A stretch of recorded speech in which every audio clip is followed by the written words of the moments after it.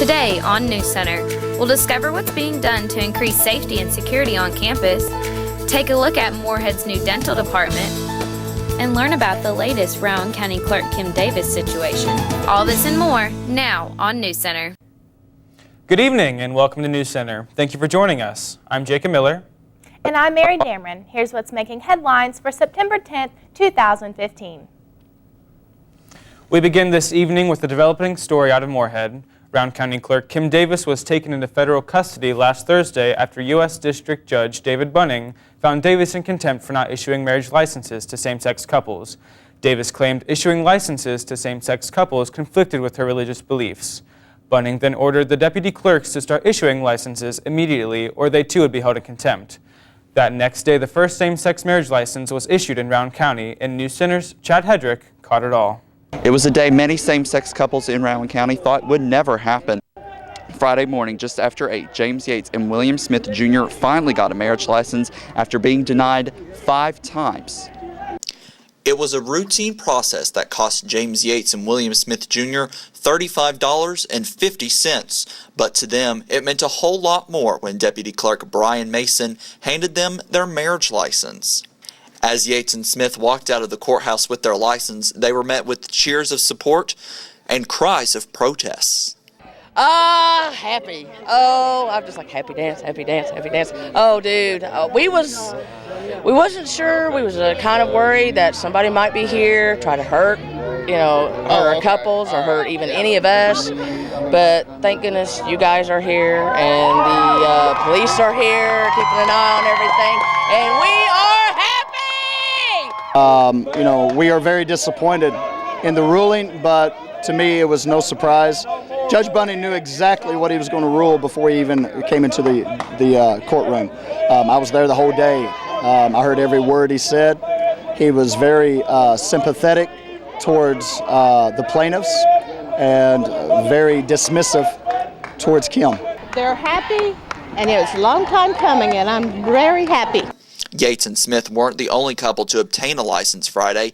MSU professor Dr. April Miller and her partner, Karen Roberts, were also issued a license after many failed attempts.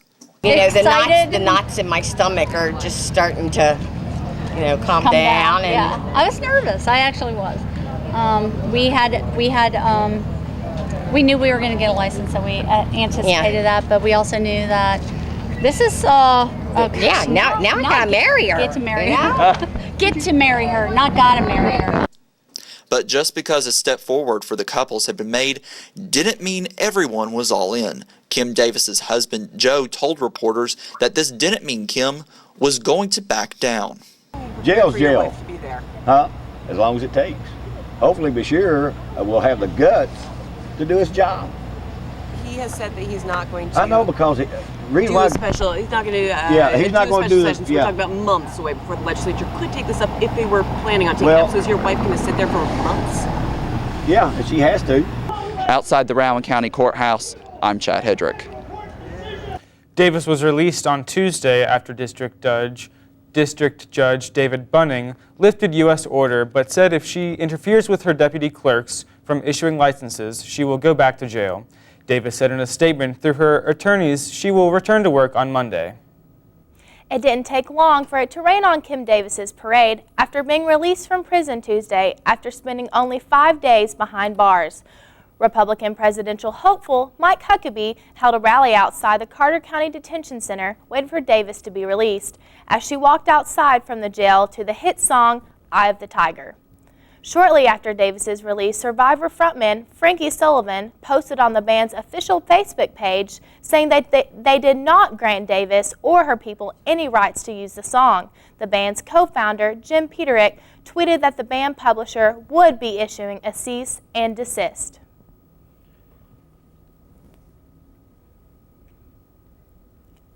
Investigators have released new information surrounding the death of a teen in Greenup County. Chief Keith Cooper says the boy of the county, Maddie Conley, who was just 19, was found lying in the road in the 10,000 block of KY 784 early Tuesday morning. On Wednesday, Deputy Bocook told the media outlet that Maddie was riding on the back of an ATV with James Wyatt Ratliff, who is 19 of South Portsmouth. Bokick says Ratliff's 17-year-old girlfriend became irate and even started chasing them in her car. Bokick says Conley jumped out of the ATV in fear. They have not released any other details surrounding her death. Ratliff has been arrested and charged with second-degree manslaughter. Stay with us right after the break for a look at the rest of our news. But first, Morehead State University issued a project to place 200 new cameras around campus for increased safety and security. Newscenter reporter Jacob Valerio met with Chief of Police Merrill Harrison to learn more.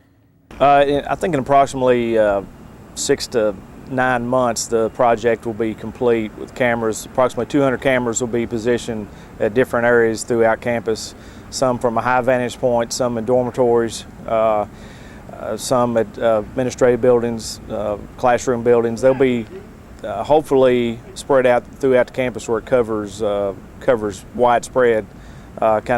It's going to be monitored at the police department. We can kind of see what's going on throughout campus. Gives us a lot more eyes to see what's going on.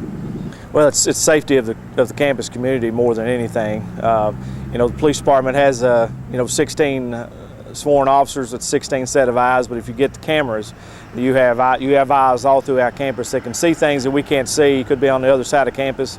If the dispatcher will see something on the monitor that's of concern, we can send an officer over to address the problem, and pretty much safety of the students and faculty and staff is the main purpose of the cameras. Just generally, if you're walking through campus, have somebody with you. If you're going somewhere late at night, let somebody know where you're going and what time you're supposed to be there. Coming up, Alexis Matthews is in the studio with your weather forecast. Plus, Kenzie Thompson has your Eagle Athletics update. Stay with us. It never gets old, huh? Nope. It kind of makes you wanna... Breaking the song? Yup. I love the sunset. I love Eagle Lake. I love the forest. I love when eagles play. I love the campus! And all its sights and sounds. Boom-de-yada, boom-de-yada, boom-de-yada, boom-de-yada. I love philosophy. We love diversity. I love English. And all its weird words. I love the music. And all its melodies. Boom-de-yada, boom-de-yada. Boom-de-yada, boom-de-yada. I love fraternities. I love sororities. I love to draw things. And all the athletes. I love Morehead.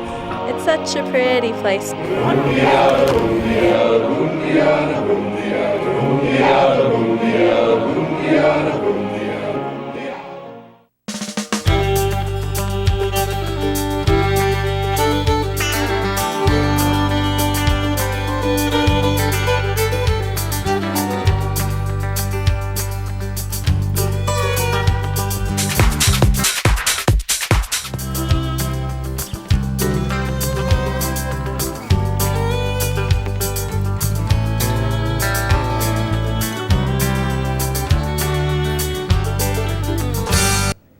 Welcome back to Newscenter.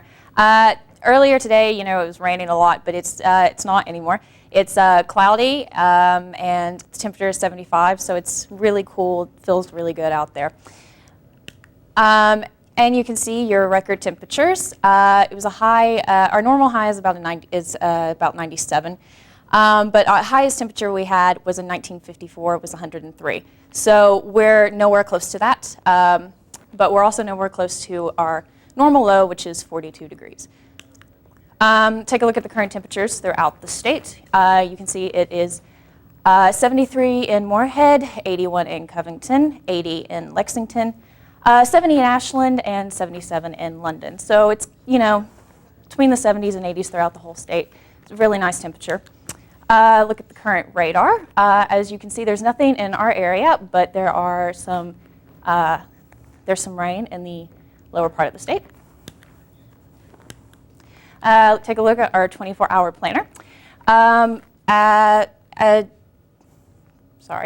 At noon today, it was about 77 degrees with some storms, but as you can see, that's not happening anymore. Around 8 p.m. if you're going out tonight, it's going to be in the 60s, so you might want to take a jacket with you, but you should be fine. So let's take it over to the news desk with Jacob and Newscenter notices.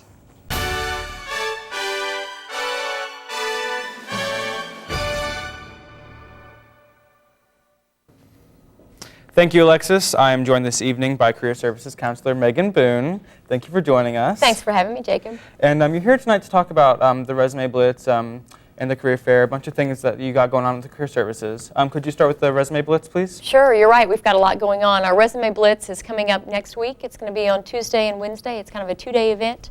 It's on the second floor of ADUC from 10 to 2 both days, and it's designed for someone to drop by, no appointment needed, and get their resume looked over by an employer. Okay. We've got a different mix of employers each day volunteering their time to help with resumes. Awesome. So students can just show up and... Just show up. Early birds each day actually get free resume paper, so Wonderful. Come around 10 if you can. Good. Nice little incentive. Yeah, good to use at the career fair. Yeah, definitely. Awesome. But the Resume Blitz isn't the only thing you have going on, right? Right. Next is the Career Fair, correct? Yes, the career fair is going to be on Tuesday, September 29th. It's from 10 until 1 on the third floor of ADUC, and we already have close to 80 organizations registered for that event. It's employers as well as graduate programs, so it's a great opportunity for students to do some networking, find out about internships, find out about jobs, and find out about graduate programs. Wonderful. Okay, so as a student, how should I prepare for the Career Fair? Yeah, that's an excellent question. A couple top 2 or 3 tips would be see who's going to be there. Hit our website. It's moorheadstate.edu/career. You can see a list of everyone that's coming. Do some basic research of what they're looking for. Dress professionally, like you or I are dressed, would be perfect, I think. And have copies of your resume with you. Okay, which they can do at the Resume Blitz. They can get them ready at the Resume Blitz. That's the idea. Wonderful. So when was the Career Fair again? It's going to be Tuesday, September 29th. It's from 10 to 1 on the third floor of ADUC. Okay, wonderful. Well, thank you for joining us. It's always a pleasure having you on the show. Now we're going to kick it over back to Alexis for an extended look at weather.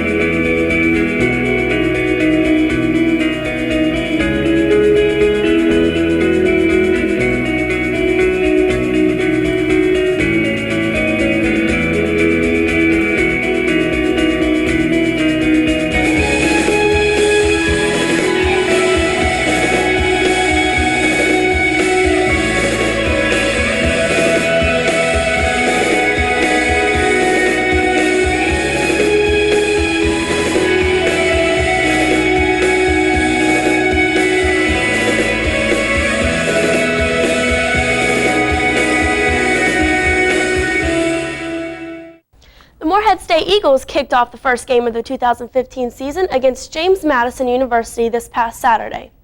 Newscenter's Mike Jackson spoke to senior running back Rob Harden about the game and a peek into the Eagles' upcoming opponent, Virginia Military Institute.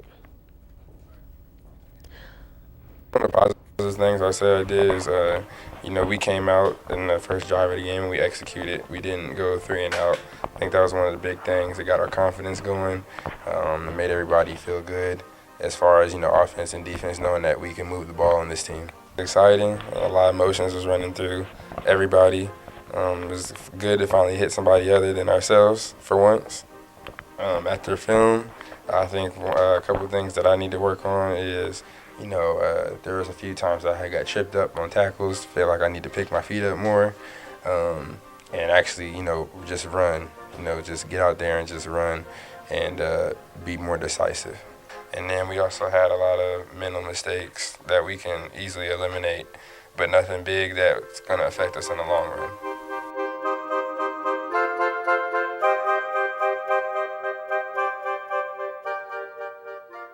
Just like this last game, we need to execute, but we need to finish drives. We need to, when we get all the way down the red zone, we need to come away with points, whether it's a field goal or even a touchdown. But we'd rather have a touchdown than a field goal, but we need to go down there, execute, and, make plays. Yeah, we've seen film on them. They're a pretty solid defense, but of course, like any other defense, they have their flaws too. And we plan to, expose that on Saturday. You can expect that we're going to come out with a lot of confidence, especially since we just played JMU, we're going to come out with a lot of confidence, knowing that we can beat this team, knowing that we're going to make plays and, come away with the win. Morehead State returns to Virginia next weekend to face VMI this Saturday with a 1:30 p.m. kickoff. Live stats and video will be available on MSUEagles.com. The Morehead State women's soccer team took a tough hit last Friday when they lost to the University of Wyoming 1-0 at the Madrid Sports Complex in Laramie, Wyoming. Senior Caitlin Murphy, the goalkeeper for the Eagles, had a career high of 10 saves during the game. Junior Angela Black had 2 shots toward the goal but couldn't push through the tough defense. Sophomore Kimmy Burbank took a lead pass from junior defender Katie Marqueso in the 87th minute to put the Cowgirls in the lead for the remainder of the game. The Cowgirls persevered through the Eagles' defense, gaining them 25 scoring attempts compared to the Eagles' 4. Here's what freshman athlete Shelby Huddleston had to say about the team's performance. We connected passes and we worked as a team, and we didn't give up the whole time even though the atmosphere was completely different than here. And we stuck it out and played our hardest. But we got unlucky with 2 minutes left to go in the game and they scored on us, so we ended up losing. On September 11th against Francis Marion. And now for Newscenter's famous sports trivia. Who was named Adidas OVC Player of the Year last week? A. Danny Wilson, B. Angela Black, C. Charity Collins, or D. Haley Best? I think I'm going to go with Angela Black. Let's see. I think I'm going to go with C. That's a tough one. I think I'll go with A, Kenzie. Okay, well, you are right. It is A, Danny Wilson. She's a freshman soccer player who scored the winning goal against Bowling Green State last week. Good job, Danny. Nice. Awesome. All right. Well, thanks, Kenzie, for the sports update. Stay with us after the break for some more news.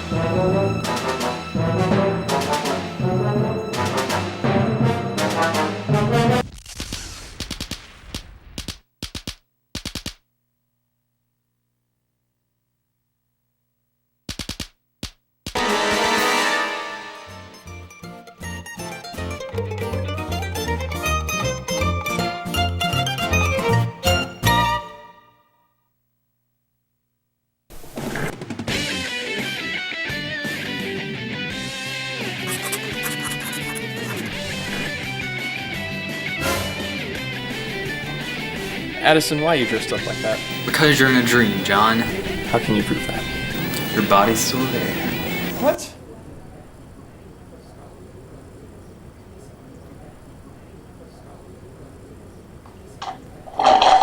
Wake up and smell the coffee. Java City.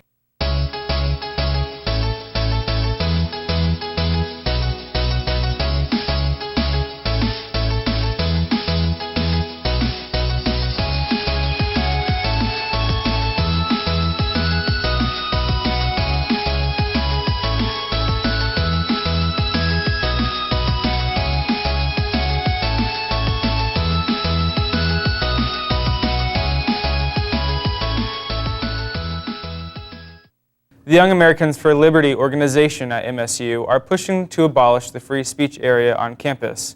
Newscenter reporter Courtney Howell caught up with YAL President Jake Gibson to learn more.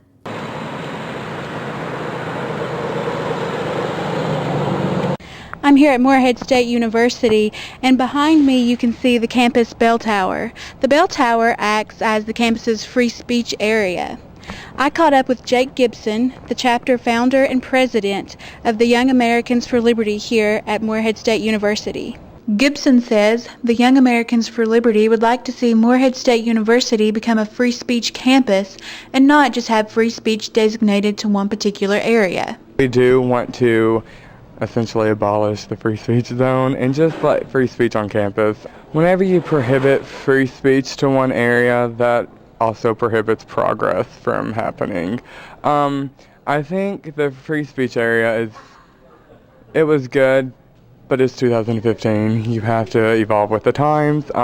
However, most people get a negative connotation with that. We want free speech for student groups, students, everyone who's actively enrolled with Morehead. The Young Americans for Liberty organization, what we're doing is we are trying to promote liberty through activism, programming, and also educating people. It's a nonpartisan organization, so I think some people get a negative connotation whenever that is mentioned, but we want a diverse group. Reporting for Newscenter, I'm Courtney Howe. Counseling and Health Services is welcoming a new addition to the clinic on campus with a new dental department.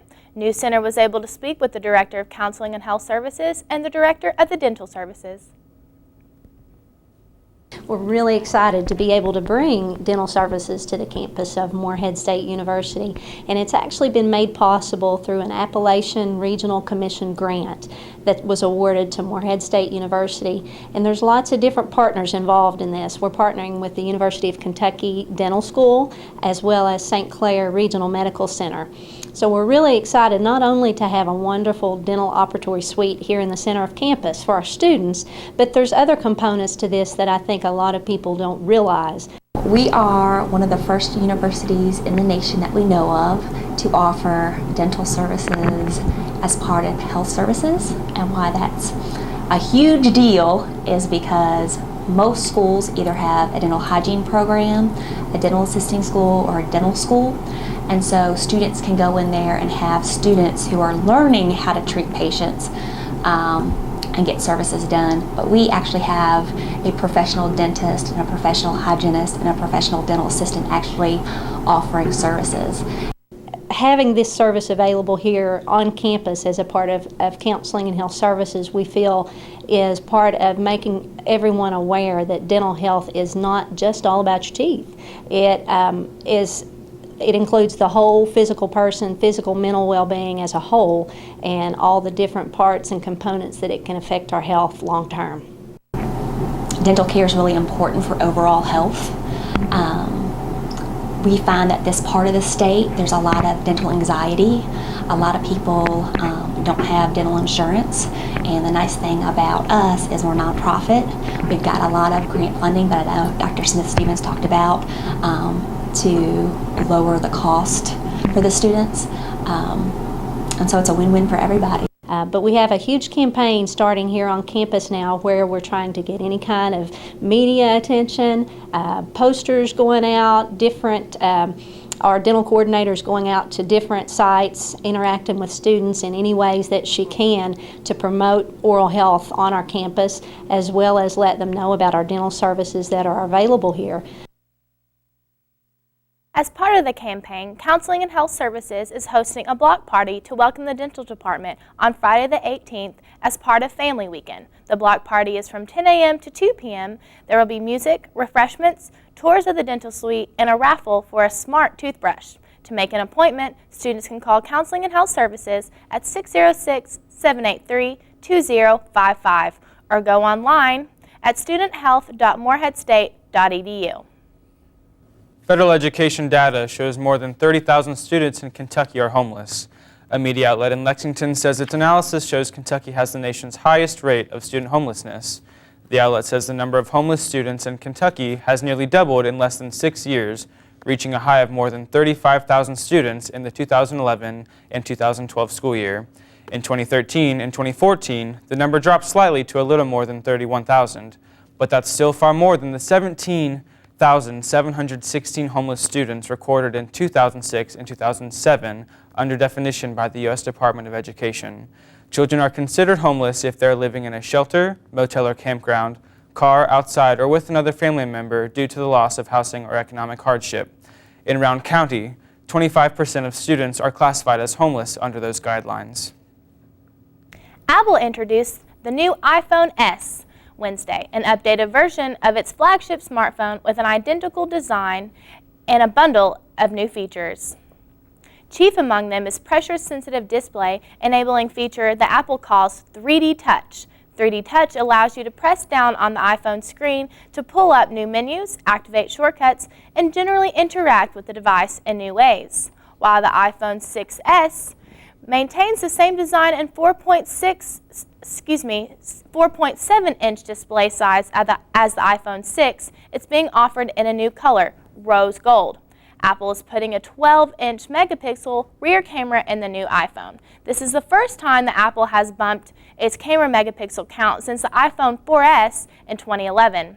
The new iPhone will be available starting at $199 on a 2-year contract, starting at 16 gigabytes of storage and going up to 64 gigabytes and 148 gigabytes for $100 more per tier. Pre-recorders begin September 12th with sales beginning September 25th. Morehead State officially begins construction of the East Parking Complex and new dining commons. 2 low-impact blasts will take place daily between 9 a.m. and 7 p.m. for the next 6 to 7 weeks. Each blast will have 3 signal sirens. The first siren is a minute-long warning signal, which will occur 5 minutes before the blast. The second is a collection of short sounds, which will signal 1 minute prior to blasting, and the last siren will be an all-clear signal. For every blast along Earl Clements Lane, traffic will cease for 5 minutes before and 5 minutes after each blast. Students should be prepared for delays in traffic during blasting times. No damage or cracking is anticipated to occur to the surrounding facilities due to the blasts. The new parking complex will create approximately 400 parking spaces on 3 parking decks, and the dining commons will be roughly 25,000 square foot and will overlook the central residential community. To learn more and follow the progress of construction, visit www.moreheadstate.edu/progress. Well, that's going to be it for us tonight. Remember, you can find your news always online on Newscenter's Facebook and Twitter pages. And you can catch every episode on msutv.net. On behalf of Alexis Matthews with weather, Kenzie Thompson with sports, and the rest of the Newscenter team, I'm Jacob Miller. And I'm Mary Dameron. Thanks for watching. Have a great evening.